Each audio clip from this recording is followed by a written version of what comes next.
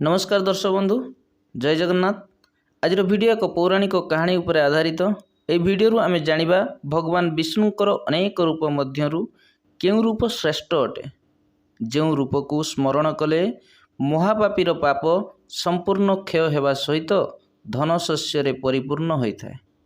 आशा करे वीडियोटी संपूर्ण देखिबा सहित निज गुणे वीडियो को लाइक कमेंट सब्सक्राइब करिवे। এই ভিডিওটি পার্ট 1 রূপে ଆପଣମାନଙ୍କୁ ଭେଟି ଦେଉଛୁ। ଆସନ୍ତୁ ଜାଣିବା ସେହି ଶ୍ରେଷ୍ଠ ଅବତାର ଗାଥା। ଧନ୍ୟବାଦ। ଏକଦା ଅନେକ ସାଧୁ ଏକ ଧର୍ମ କ୍ଷେତ୍ରରେ ଏକତ୍ରିତ ହୋଇଥିଲେ। ସେଠାରେ ସାଧୁଗଣ ଧର୍ମଶାସ୍ତ୍ରରେ ଅସୀମ ଜ୍ଞାନ ଥିବା ସୁତାଜୀଙ୍କୁ କହିବାକୁ ଲାଗିଲେ, ହେ ସାଧୁ ମହାତ୍ମା, ପୁରାଣର ବିଶେଷଜ୍ଞ, ଆମ ଉପରେ ଦୟା ପରବଶ ହୋଇ आम मन मध्य संचय होइथिबा प्रश्न को दूर करंतु।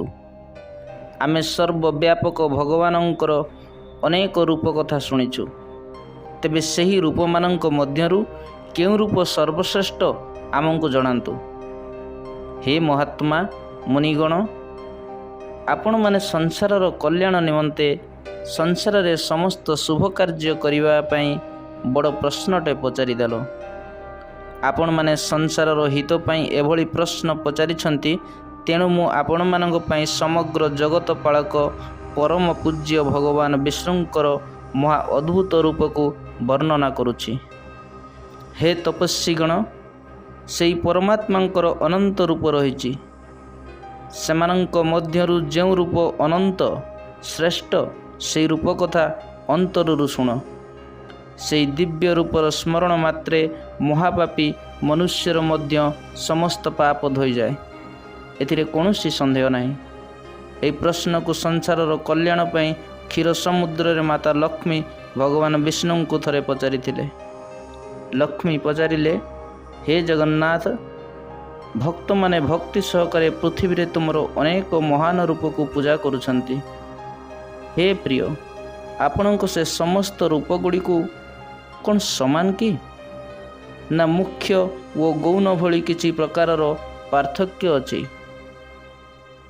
भगवान विष्णु कहिले, हे देवी, जेतेबेले मु मोर प्राणरे समग्र ब्रह्मांड सहिछि एवं जगमायर अवस्था अनुभव करिछि, सेतेबेले मु गोटिए एकाधिक रूप धारण करिबा उचित। तेणु इच्छा करी मु मोर मायांको अधीन रे आसिली। हे प्रिय, मु तुमको सही रूप कथा कहूची, जेउथिरे जीव माने सेमानंकर कार्य को उपभोग करिबा पई एक मुहूर्त रे मु असंख्य ब्रह्मलोक आदि जगत सृष्टि करे। तुमे जत्नर सह सुनो। हे देवी, एठारे मु जे अनेक सूर्यों को उज्ज्वलता ठारू अधिक उज्ज्वल सर्वत्र चमत्कारता रूपे व्यापक विश्वकर्मांक रूप धारण करे एवं तांकठारे मनीष सृष्टि करने को इच्छा करे। सर्वप्रथमे पुण्य आत्मा को तपस्वी ब्रह्म सृष्टि करे। मु ऋग, यजु तथा सामवेद विषय रे भल उपदेश देउछि, जो माने ब्रह्मा को प्रशंसा करी यज्ञ एवं गीत परिवेषण करती।